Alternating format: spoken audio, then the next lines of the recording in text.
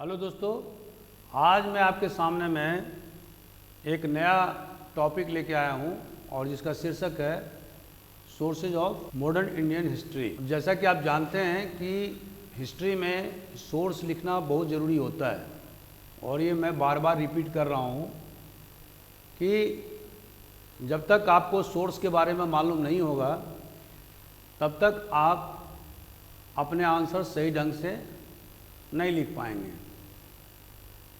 इसके पहले मैंने एंशिएंट इंडियन हिस्ट्री के बारे में, उसके सोर्स के बारे में बताया था। अब मैं और मेडिवल के बारे में बताया था। आज मैं मॉडर्न इंडियन हिस्ट्री के बारे में बताने जा रहा हूँ। तो दोस्तों, जैसा कि आप जानते हैं कि हिंदुस्तान में ईस्ट इंडिया कंपनी, यहाँ पर उसे चार्टर मोनोपोली मिला था सन 1600 ईस्वी में। क्वीन एलिजाबेथ ने उसे ईस्ट में, मतलब पूरब में व्यापार करने के लिए एकाधिकार दिया था और इसी के तहत में सबसे पहले जहांगीर के दरबार में हॉकिंस, उसके बाद थॉमस रॉय आया और उनसे उन्होंने ट्रेड कंसेशन प्राप्त किए और यहीं से ईस्ट इंडिया कंपनी की शुरुआत होती है हिंदुस्तान में।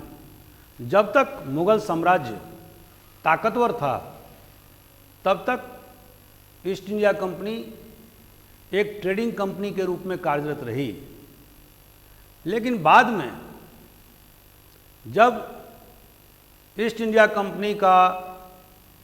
कंपनी की ताकत कमज़ोर होती गई और बिखराव होने लगा, और जैसा कि मैंने अपने पूर्व वीडियो में decline of the Mughal empire और उसके कारण बताए हैं, आप उसको जरूर पढ़िए। तो जब बिखराव पैदा हो गया और मुगल शासन पूरी तरह से ध्वस्त हो गया, विभिन्न राज्यों में सूबेदार अपने आप को स्वतंत्र घोषित कर लिए, तो फिर ईस्ट इंडिया कंपनी ने बंगाल में लॉर्ड क्लाइव के नेतृत्व में, जैसा कि मैंने पहले बताया था, पलासी का युद्ध जीता 1757 में, और वहीं से ईस्ट इंडिया कंपनी एक टेरिटोरियल पावर के रूप में उभर गई और धीरे धीरे उसने समूचे हिंदुस्तान पर कब्जा कर लिया। कुछ इलाके उसके डायरेक्ट कंट्रोल में थे, जिसे ब्रिटिश इंडिया कहते हैं, और कुछ इलाके राजा राजवाड़ों के पास में थे, जिसको प्रिंसली स्टेट्स कहते हैं। ये राजा राजवाड़े भी वस्तुतः ब्रिटिश क्राउन के या उसके पहले ईस्ट इंडिया कंपनी के पूरी तरह से अधीन में आ गए थे, क्योंकि उनका जो फॉरेन पॉलिसी है या विदेश नीति, उसको ईस्ट इंडिया कंपनी ने अपने हाथ में ले लिया था और हर एक प्रिंसली स्टेट में उनके सेना मौजूद रहते थे। तो इस तरह से पूरे भारतवर्ष में उनका कब्जा हो गया और ये 200 वर्ष तक चला। और जैसा कि आप जानते हैं 1947 में हमारा देश आज़ाद हुआ। 1858 तक ईस्ट इंडिया कंपनी का शासन रहा और 1858 के 1 नवंबर 1858 को ब्रिटिश क्राउन ने अपने हाथ में सत्ता प्राप्त कर लिया और ईस्ट इंडिया कंपनी को बेदखल कर दिया। तो sources of modern Indian history में जो हम देखेंगे कि सबसे जो इम्पॉर्टेंट पॉइंट है वो है सेंसस। अब जैसा कि आप जानते हैं कि अंग्रेज़ों ने हिंदुस्तान में जनगणना की शुरुआत किया, सेंसस। अब ये सेंसस जो है वो 1872 से शुरू हुआ, जो हर एक 10 साल पर ये जनगणना होता रहता है। और आज़ाद भारत में भी जनगणना हुआ, 2011 में अंतिम जनगणना हुआ था। अब 2021 में अगला जनगणना होगा। जनगणना के माध्यम से उन्होंने पूरे देश में ये पता लगाया कि लोगों की भाषा क्या है, बोली क्या है, उनके खान पान क्या हैं, वो किस इलाके में कौन कौन लोग रहते हैं, किस धर्म के लोग कहाँ कहाँ रहते हैं, उनका अनुपात क्या है, उनकी आर्थिक स्थिति क्या है, ये सारी जानकारी जनगणना के माध्यम से उन्होंने प्राप्त किया। और इसके अलावा सर्वे सर्वे ऑफ इंडिया, जैसा कि आप जानते हैं कि अंग्रेज सर्वे में बहुत ज़्यादा दिलचस्पी लेते थे। उनका मानना था कि जब तक हम देश के बारे में जानकारी प्राप्त नहीं करेंगे तब तक हम उस पर ठीक ढंग से शासन नहीं कर सकते हैं। तो उन्होंने अनेक बार हिंदुस्तान के सर्वे कराए। जैसे कि जब परमानेंट सेटलमेंट जो बंगाल में उन्होंने चालू किया था और जब देखा कि उन्हें आर्थिक नुकसान हो रहा है तो फिर उन्होंने सर्वे कराया और उन्होंने कुछ दिनों के लिए ही जो अस्थाई बंदोबस्त जो इन परपेचुटी हो गया था उसको उन्होंने 30 साल के लिए फिक्स कर दिया कुछ इलाकों में। तो इस तरह से उन्होंने सर्वे को ज़्यादा प्रोत्साहन दिया और उनका मानना था कि जब तक हम देश के लोगों के बारे में नहीं जानेंगे, वहाँ के टोपोग्राफी के बारे में नहीं जानेंगे, वहाँ की भौगोलिक संरचना क्या है, कहाँ पर दुर्ग है, कहाँ पर पहाड़ है, कहाँ पर नदियाँ बह रही हैं, कौन कौन से स्ट्रेटेजिक लोकेशन का पॉइंट है जो सामरिक दृष्टिकोण से बहुत महत्वपूर्ण हो सकता है। तो ये सारे जो सर्वे उन्होंने अपने शासनकाल में करवाए उससे बहुत सारे मटेरियल हमें प्राप्त है और हम उन पूर्व के सर्वे को देख करके बहुत सारी जानकारी मॉडर्न इंडिया के बारे में पता कर सकते हैं। इसके बाद जो सबसे इम्पॉर्टेंट है वो है नेशनल आर्काइव। आपने देखा होगा हिंदुस्तान में भारत सरकार ने नेशनल आर्काइव, जिसको राष्ट्रीय संग्रहालय बोलते हैं, ग्रंथालय बोलते हैं, तो वहाँ पर जो अंग्रेज़ों ने जो 200 वर्ष जो शासन किया और उसमें गवर्नर जनरल के द्वारा जो सेक्रेटरी ऑफ स्टेट को पत्राचार किया गया, मिनट्स लिखे गए, नोट्स बनाए गए, ये सारी जानकारी आपको नेशनल आर्काइव में माने ग्रंथालय में मिलती है और इससे पता चलता है कि उनकी आर्थिक नीति क्या थी, वो सामाजिक क्षेत्र में क्या करना चाहते थे, उनके राजनीतिक महत्वाकांक्षा क्या था। और नेशनल आर्काइव के अलावा हिंदुस्तान में जैसे अभी पाकिस्तान अलग हो गया है तो वहाँ के भी जो आर्काइव है वहाँ से भी हमें जानकारी मिलती है। हमें खास करके अफगान पॉलिसी के बारे में, सिंध को एनेक्सेशन उन्होंने या मैंने कैसे मिलाया, पंजाब को मिलाने का मकसद क्या था। महाराजा रणजीत सिंह के मृत्यु के बाद में उन्होंने 2 युद्ध किया सिखों के साथ में और अल्टीमेटली 1849 में पूरे पंजाब प्रांत को कब्जा कर लिया। उसके पहले 1846 में उन्होंने सिंध को कब्जा कर लिया। इसके बाद उन्होंने अफगानिस्तान में अपना प्रभुत्व जमाया। वो तिब्बत में भी अपना दबदबा कायम करना चाहते थे। वो क्यों करना चाहते थे, उसका वजह क्या था, ये सारी जानकारी आपको नेशनल आर्काइव के माध्यम से या राष्ट्रीय ग्रंथालय के माध्यम से मिलती है। इसके अलावा जो 3 प्रेसिडेंसी रहे हैं, जैसे कि आप जानते हैं कि हिंदुस्तान में जब अंग्रेज़ों का आगमन हुआ तो उन्होंने 3 प्रेसिडेंसी बनाई जहाँ पर कि अंग्रेज और यूरोपियन अधिक तादाद में रहते थे, जैसे कलकत्ता, मद्रास, बॉम्बे। जो आजकल बॉम्बे को मुंबई कहा जाता है, मद्रास को चेन्नई कहा जाता है और कलकत्ता को कोलकाता कहा जाता है। यहाँ पर जब तक कि अंग्रेज एक टेरिटोरियल पावर के रूप में नहीं उभरा था और जब तक एक ट्रेडिंग कंपनी था तब तक वहाँ इन तीनों प्रेसिडेंसी में इनके अपने शासन व्यवस्था थे और इनने जिस प्रकार से वहाँ पर शासन का सूत्र संभाला, वहाँ पर किस प्रकार से ब्रिटिश कैंटोनमेंट की व्यवस्था किया, इस सारी जानकारी हमें तीनों प्रेसिडेंसी से मिलती है। इसके अतिरिक्त जो बहुत सारे जो प्राइवेट लोग हैं उन्होंने अपने अपने संस्मरण लिखे हैं, बहुत लोगों ने लाइब्रेरी बना के रखी थी, तो वो जानकारी, उससे भी हमें जानकारी उस पीरियड के बारे में मिलती है। और इसके अलावा जो उस पीरियड का जो न्यूज़पेपर था, जो समाचार पत्र से भी हमें बहुत सारी जानकारी हमें मिलती है। और वो समाचार पत्र, जैसे कि मैंने आपको बताया कि जैसे सबसे पहले जो हिंदुस्तान में जो समाचार पत्र था वो कौन सा था? बंगाल गजट। और इसको प्रकाशित किया था हिके ने। बाद में अंग्रेजों के दबाव के कारण 2 साल के बाद में ये बंद हो गया, लेकिन 1780 ईस्वी में हिके ने, मतलब जेम्स हिके ने बंगाल गजट प्रारंभ किया था। मद्रास कोरियर प्रारंभ किया गया था। इसके अतिरिक्त हिंदू और स्वदेश मित्रम जी सुब्रमण्य अय्यर ने शुरू किया था, और हिंदू तो आज भी चल रहा है। केसरी और मराठा पेपर, दो, ये बाल गंगाधर तिलक ने शुरू किया था, एक हिंदी में एक मराठी में।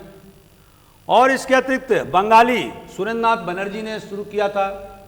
और अमृत बाजार पत्रिका शिशिर कुमार घोष ने शुरू किया था।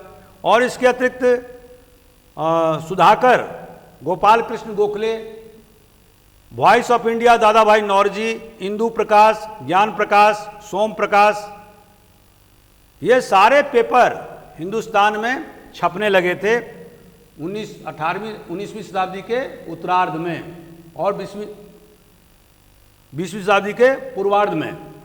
और इसके अलावा इंडियन सोशियोलॉजिस्ट श्याम जी कृष्ण जी वर्मा, जो लंदन में रहते थे, उनके द्वारा एक पत्रिका छापा गया था। और वंदे मातरम मैडम कामा ने शुरू किया था फ्रांस में। और इसके तलवार बर्लिन में। गदर जो पत्रिका है, जो गदर पार्टी ने शुरू किया था, वो सैन फ्रांसिस्को में शुरू किया गया था। तो ये सारे पेपर पत्रिकाएं मॉडर्न इंडियन पीरियड में, ब्रिटिश पीरियड में हमें देश में और विदेश में मिलते हैं, और जिससे हमें बहुत सारी जानकारी मिलती है।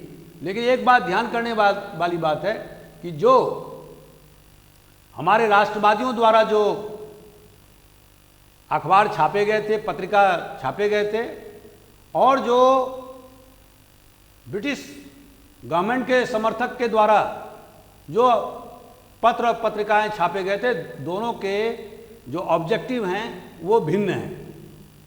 तो हमें दोनों के ऑब्जेक्टिव को एनालिसिस करने के बाद में किसी निष्कर्ष पर पहुंचना चाहिए, क्योंकि सबको मालूम है कि जो राष्ट्रवादी पत्रिका या पत्र होंगे उनमें राष्ट्रीय ओवरटोन होगा, वो राष्ट्रीय परिप्रेक्ष्य में वो छापेंगे।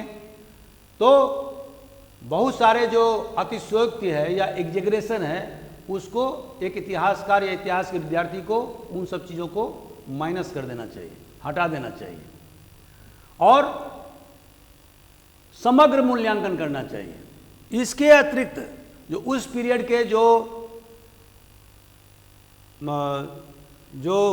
लिटरेरी वर्क्स हैं, तो जो साहित्यिक कृतियां हैं, उससे भी हमें बहुत सारी जानकारी मिलती है।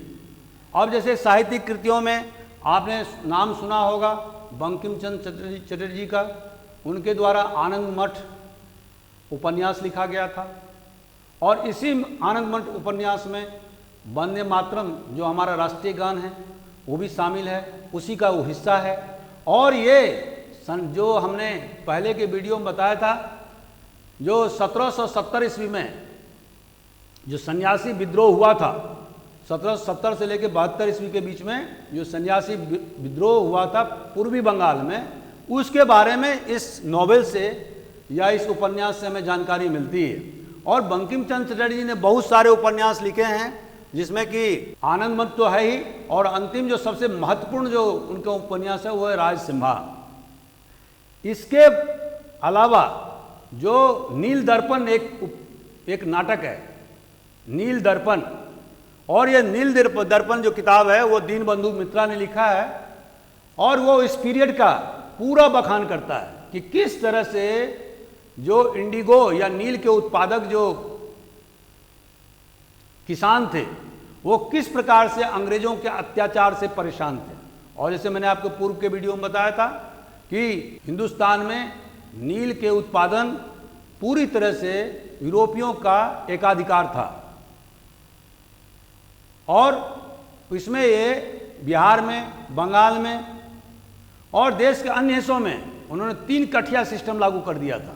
उसका मतलब क्या होता है कि हर बीघे में 3 कट्ठा जमीन, मैंने 1 बीघा में होता है 20 कट्ठा जमीन, तो 3/20, ये 3 कट्ठा जमीन हर किसान को अपने लैंड से, जमीन से 3 कट्ठा अलग करके वहाँ पर नील का उत्पादन अंग्रेजों के लिए करना होता था। और इसके अलावा जो यूरोपियन प्लांटेशन या प्लांटर्स थे, जो पूंजीपति थे, जिन्होंने पूंजी लगाया हुआ था, वो किसानों पर तरह तरह के अत्याचार करते थे, जुल्म करते थे, सितम करते थे। और इसी नील के उत्पादन और उससे जुड़े हुए अत्याचार के कारण ही आपने देखा होगा कि बाद में 1917 में महात्मा गांधी ने चंपारण, बिहार से अपने आंदोलन की शुरुआत किया, और जो मैं पूर्व के वीडियो में बता चुका हूं, और किस प्रकार से उन्होंने अंग्रेज को मजबूर कर दिया कि ये जो 3 कठिया सिस्टम है इसको बंद किए जाए। और किसानों पर जो बहुत सारे जो कर्जे के रूप में वसूले गए, उसमें से समझौता के मुताबिक किसानों को 25% जो रेंट था, जो ज़बरदस्ती वसूले गए थे, उसको वापस करना पड़ा था महात्मा गांधी के हस्तक्षेप से, और यहीं से उनकी सत्याग्रह आंदोलन शुरू हुआ था। इसके अतिरिक्त जो हम बहुत सारे टी इच्छाराम सूर्यराम देसाई, हिंद और ब्रिटानिया, टी शिव शंकर पिल्ले, उन्होंने सन ऑफ स्कैवेंजर और चमीन, और इसके अलावा बहुत सारे उपन्यासकार ने बहुत सारे अपनी रचना से ब्रिटिश काल में उन्होंने लिखा है, और उस समय के सामाजिक, आर्थिक और राजनीतिक जो परिदृश्य था उसको सामने लाने का प्रयास किया है। और इन स्रोतों से हमें बहुत सारी जानकारी मिलती है मॉडर्न इंडिया के हिस्ट्री को कंस्ट्रक्ट करने में, मतलब उसको समझने में, पढ़ने में। इसके अलावा जो बायोग्राफीज है, मेमोर है, ट्रेवल्स है, ट्रेवल अकाउंट है, जो यात्रा वृत्तांत जिसको बोलते हैं, ये सारी जानकारी भी उस पीरियड के हमें मिलती है। और ख़ास करके जैसे कि हमने George Foster, Benjamin Heyne, James Burns, Davidson, John Butler, Baron Charles, ये सारे जो उस पीरियड के जो बायोग्राफर हैं, इनके रचनाओं से हमें जानकारी, बहुत सारी जानकारी मिलती है। दोस्तों, इसके बाद जो जुडिशियल रिकॉर्ड्स, अब ये जुडिशियल रिकॉर्ड आपने देखा होगा कि अंग्रेजों ने हिंदुस्तान में एक अलग सिस्टम, एक अलग जुडिशियल सिस्टम बनाया, जिसमें कि उन्होंने एंग्लो सैक्सन लॉज लागू किए। जो पहले हिंदुस्तान में हिंदू लॉ या इस्लामिक लॉ चलता था, उसको उन्होंने रिप्लेस किया, और ये लॉर्ड मैकॉले के द्वारा किया गया। और लॉर्ड विलियम बेंटिंग के समय में हुआ, जो 1835 के लगभग में वो यहाँ के गवर्नर जनरल थे। और आप सब जानते हैं कि लॉर्ड मैकॉले ने बाद में 1861 में जो उनका जो उनके द्वारा आईपीसी, मतलब ताजीरात हिंद, जो आज भी हमारे हिंदुस्तान में चल रहा है, और इसी के आधार पर अगर कोई गुनाह होता है तो हम उसी ताजीरात हिंद से या आईपीसी से या इंडियन पेनल कोड से हम धारा, जैसे 302 है, 307 है, 300 है, या 379 है चोरी की धारा, तो सारे जो आईपीसी की धाराएं हैं, जो आजकल उस आईपीसी के आधार पर पुलिस वाले और कोर्ट काम करते हैं, मतलब क्रिमिनल जस्टिस सिस्टम काम करता है, ये सारे जो कानून हैं वो लॉर्ड मैकॉले के द्वारा तैयार किया गया था, और ये 1861 से लागू हुआ था। और 1872 से एविडेंस एक्ट लागू हुआ था, जो आज भी चल रहा है, आज़ाद देश में भी चल रहा है। तो इस तरह से उन्होंने बहुत सारे हिंदुस्तान के जो हिंदू और इस्लामिक कानून था उसको बदला और इंग्लिश कानून लाया, तो जो आज भी चल रहा है। तो उसी आधार पर उन्होंने जुडिशियल सिस्टम मैंने कोर्ट स्थापित किया। और जैसा कि आप जानते हैं कि पहले के वीडियो में बता चुका हूं कि उन्होंने सुप्रीम कोर्ट का स्थापना किया कलकत्ता में, हाई कोर्ट की स्थापना किया 1865 में, तीनों प्रेसिडेंसी में। जिलों में उन्होंने जिला कोर्ट की स्थापना किया और एक नए पद्धति से ट्रायल्स जो आज हम देख रहे हैं हिंदुस्तान में, विचारण का सिलसिला, वो अंग्रेजों के ज़माने से शुरू हुआ।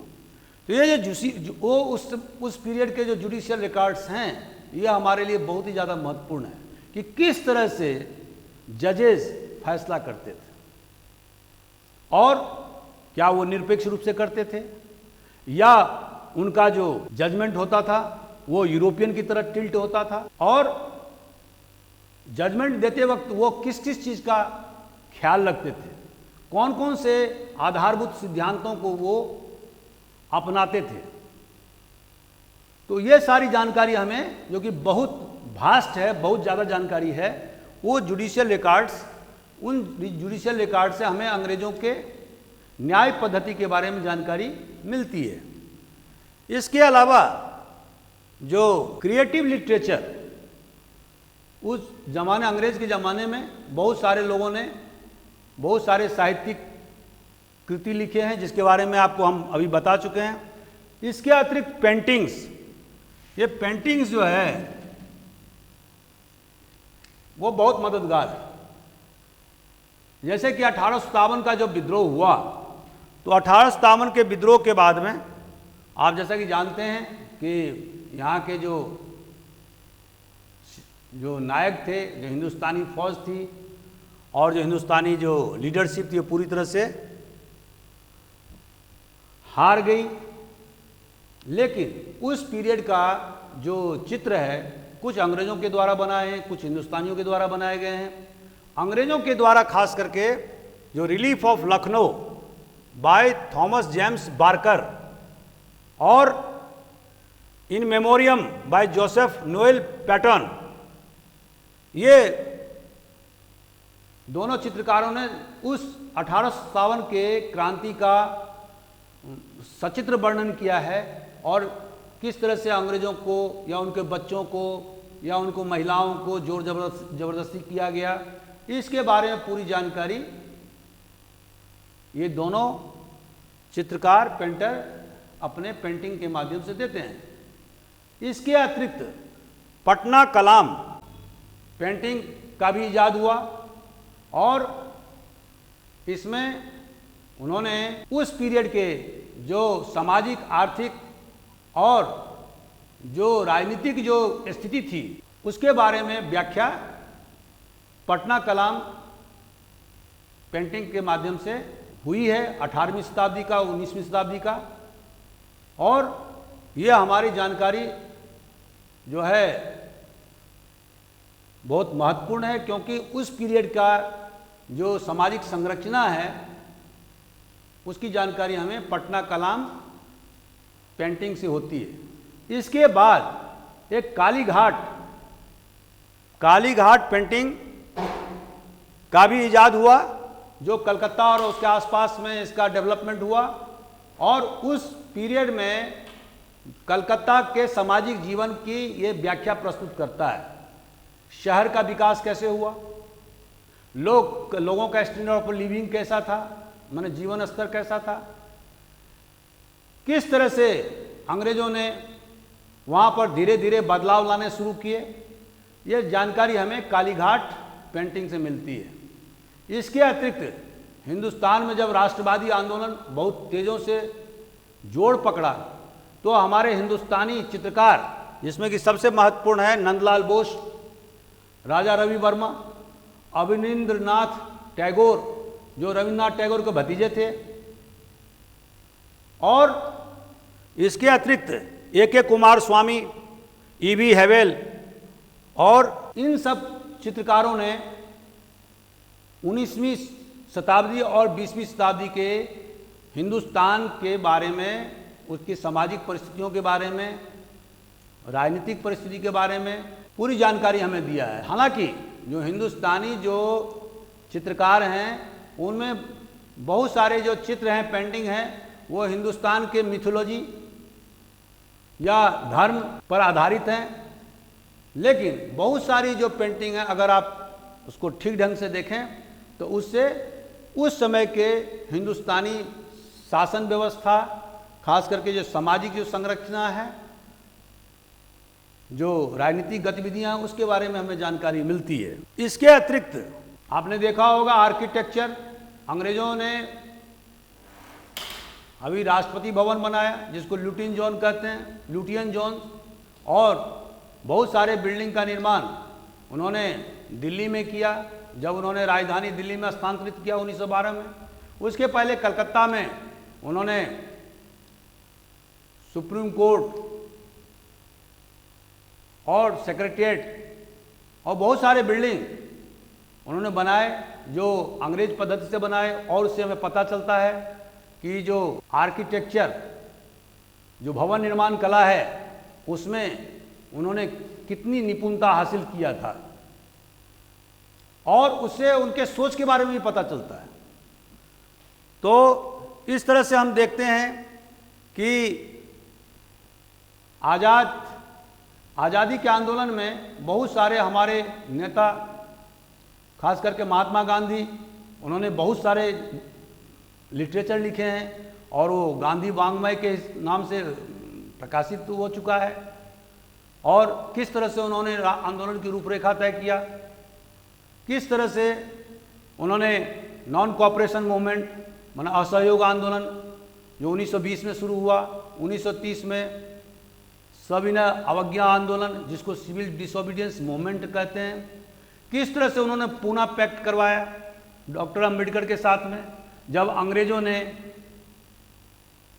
कॉमनवेल्थ अवार्ड के द्वारा और ब्रिटिश प्रधानमंत्री रैमजे मैकडोनल्ड ने हिंदुस्तानी समाज को, हिंदू समाज को विखंडित करने के उद्देश्य से डिप्रेस्ड क्लासेस को सेपरेट इलेक्टोरेट का विधान मुसलमानों की तरह करने का आदेश जारी कर दिया, और गांधी जी को फास्ट अनटू डेथ करना पड़ा था, और फिर B.R. अम्बेडकर को उनके साथ समझौता करना पड़ा था, जिसे पूना पैक्ट कहते हैं। और किस तरह से 1942 में गांधी जी भारत छोड़ो आंदोलन के लिए मजबूर हुए, इस सारी जानकारी उनके लेखन से मिलती है। और इसी तरह से पंडित जवाहरलाल नेहरू ने अपने जेल के पीरियड में बहुत सारी किताबें लिखी, जैसे discovery of India, glimpses of world history, और उनके बहुत सारे पत्राचार जो कांग्रेसी नेताओं के साथ में हुए, जो ब्रिटिश नेताओं के साथ में हुए। और इसी तरह से वल्लभ भाई पटेल, राजेंद्र प्रसाद, वल्लभ भाई पटेल ने और राजेंद्र प्रसाद ने जो समय समय पर जो पत्राचार किए हैं, और ख़ास करके वल्लभ भाई पटेल ने देशी राजाओं के साथ में जो देश को एकीकरण के वास्ते जो उन्होंने पत्राचार किया था, वो सारी जानकारी हमें मिलती है। किस तरह से जम्मू कश्मीर का महाराजा हिंदुस्तान को या यहाँ के कांग्रेस सरकार को डॉज करता रहा, और अंतिम समय तक, माने 15 अगस्त 1947 तक उसने ये निर्णय नहीं लिया कि उसे पाकिस्तान में मिलना है या हिंदुस्तान में मिलना है। जब पाकिस्तानी फौज श्रीनगर के आसपास धमकने लगी, तब जाकर के महाराजा विवश हुआ और उसने लेटर ऑफ एक्सेशन पर साइन किया। तो ये सारी जानकारी हमें और मिलती है, और जो नेताओं के बीच में जो पत्राचार हुए हैं वो भी हमारे पास में उपलब्ध है, और इससे हम इस मॉडर्न इंडियन हिस्ट्री को कंस्ट्रक्ट कर सकते हैं। तो इसके अतिरिक्त, जैसा कि दोस्तों आप जानते हैं कि हिंदुस्तान में केवल ब्रिटिश माने ईस्ट इंडिया ही कंपनी नहीं था। शुरुआती समय में, जैसा कि मैंने बताया, सबसे पहले यहाँ हिंदुस्तान में पुर्तगीज आया था और वास्को डी गामा आया था 1498 ईस्वी में, कालीकट में, मतलब केरल में। और उसके बाद में पुर्तगीज सरकार ने यहाँ पर अपने कॉलोनी बनाए, गोवा में, दमन में, दीव में, और जहाँ पर उनका शासन 1961 तक रहा। तो पुर्तगीज यहाँ पर मौजूद थे, डच, फ्रेंच और ईस्ट इंडिया कंपनी तो थे ही। तो इस तरह से 4 महत्वपूर्ण यूरोपियन कंट्रीज हिंदुस्तान को कॉलोनी बनाने के लिए तत्पर थे, लेकिन अल्टीमेटली ब्रिटिश या ईस्ट इंडिया कंपनी सफल हुआ। उसने बाकी यूरोपियन कंट्रीज को हाशिए पर ला दिया और सबसे ज़्यादा जो ब्रिटिश मैंने ईस्ट इंडिया कंपनी को जो टफ कंपटीशन झेलना पड़ा वो कौन था? फ्रेंच। इसके बारे में हम अलग से वीडियो बनाने जा रहे हैं 1-2 दिन के अंदर में। और तब आपको फर्स्ट कर्नाटिक वार से लेकर सेकंड, थर्ड कर्नाटिक वार जो साउथ इंडिया में हुआ और किस तरह से फ्रांस पराजित हुआ और किस तरह से अंग्रेजों का दबदबा दक्षिण भारत में हो गया। तो ये सारे जो डॉक्यूमेंटेशन जो फ्रेंच ईस्ट इंडिया कंपनी ने अपने गवर्नमेंट को लिखे या वहाँ के फ्रांस के गवर्नमेंट से फ्रेंच कंपनी को आए, ये सारे डॉक्यूमेंट्स हमें उपलब्ध हैं। कुछ यहाँ उपलब्ध हैं हिंदुस्तान में और कुछ पेरिस में उपलब्ध हैं। इसी तरह से हिंदुस्तान के शासन प्रशासन चलाने के लिए इंडिया हाउस से state secretary of state for India संचालन करता था। उसके सारे नोटिंग्स, ड्राफ्ट, उसके पत्र लेखन जो उसका गवर्नर जनरल से पत्राचार होता था और उसके साथ साथ जो उसने ब्रिटिश पार्लियामेंट को जानकारी समय समय पर प्रस्तुत करता था, क्योंकि बिकॉज वह हिंदुस्तान के शासन प्रशासन के लिए रिस्पॉन्सिबल था। तो ये सारी जानकारी जो है ना वहाँ ब्रिटिश आर्काइव में मिलता है, ग्रंथालय में मिलता है। और आप देखेंगे कि इससे रिसर्चर को बहुत ज़्यादा फायदा हुआ है, क्योंकि अंग्रेजों का यह मानना था कि कोई भी काम करो तो उसको लिख कर करो। ये पद्धति पुराने ज़माने में हिंदुओं में इतना व्याप्त नहीं था, मुसलमानों में भी था लेकिन उतना ज़्यादा नहीं था। लेकिन अंग्रेजों का मानना था कि जो भी काम करो उसके लिए डिटेल में हर चीज़ का ब्यौरा प्रस्तुत करो। तो ये जो इनकी आदत थी, ये जो अच्छी आदत इसको बोलेंगे, इससे हमें ब्रिटिश पीरियड के हिस्टोग्राफी में काफ़ी मदद मिलती है। और इस पीरियड के आते आते हमें बहुत सारी जानकारी है और उन जानकारियों को हमें छांटना पड़ता है कि कौन जानकारी सत्य के सबसे नज़दीक है। जैसे कि मैंने सोर्सेज ऑफ एंशिएंट इंडिया के बारे में बताया था कि हमें सोर्स को ढूंढने में बहुत मुश्किल होती है, हमें बहुत ज़्यादा आर्कोलॉजिकल सोर्सेज पर निर्भर करना पड़ता है। लेकिन मॉडर्न इंडियन हिस्ट्री में हमें इस चीज़ की कोई कमी नहीं है। हमें विभिन्न प्रकार के डॉक्यूमेंट्स मिलते हैं, नोट्स मिलते हैं, लेटर्स मिलते हैं, ड्राफ्टिंग मिलते हैं। तो सारी चीज़ हमारे पास में उपलब्ध है और एक रिसर्चर को या एक इतिहास के विद्यार्थी को किसी प्रकार से रिसोर्स में या सोर्सेज में कोई कमी नहीं उसे महसूस होता है, बशर्ते कि वो अपना दृष्टिकोण ऑब्जेक्टिव बनाए रखे। इसके अतिरिक्त हम एक पॉइंट और भी, जैसे आप देखेंगे कि अंग्रेज़ों के समय में ही पार्लियामेंट्री फॉर्म विकसित हुआ। और ये विकसित कहाँ से हुआ? जैसे कि मैंने आपको पूर्व के वीडियो में बताया था कि अंग्रेज़ों ने 1861 से पार्लियामेंट्री फॉर्म ऑफ गवर्नमेंट की शुरुआत किया, हालांकि वो बहुत ही मॉडेस्ट था। उसके बाद में 1892 का एक्ट लेजिस्लेटिव काउंसिल को के संख्या को 1909 में और थोड़ा सा डेवलप हुआ। 1919 में उन्होंने बाइकैमरल लेजिस्लेचर माने bicameral legislature, 2 houses of parliament, उसका निर्माण किया। 1935 में उसको और ज़्यादा वृद्धि किया। तो ये जो पार्लियामेंट्री जो प्रोसीडिंग्स हुआ इंडिया में और ख़ास करके जो ब्रिटेन में, जो वहाँ पर जो हिंदुस्तान के मामले को लेकर के पक्ष और विपक्ष के नेताओं ने जो बहस किए हैं, जो अपने अपने व्यू पॉइंट्स उपस्थित किए हैं, और वो डॉक्यूमेंट बहुत बड़ा है। तो ये जो पार्लियामेंट्री प्रोसेस के तहत में जो डिबेट और डिस्कशन ब्रिटिश पार्लियामेंट में और इंडिया के लेजिस्लेटिव काउंसिल में या इंपीरियल काउंसिल में जो हुआ, ये भी जो मटेरियल है वो हमारे लिए बहुत ज़्यादा कारगर है। तो दोस्तों,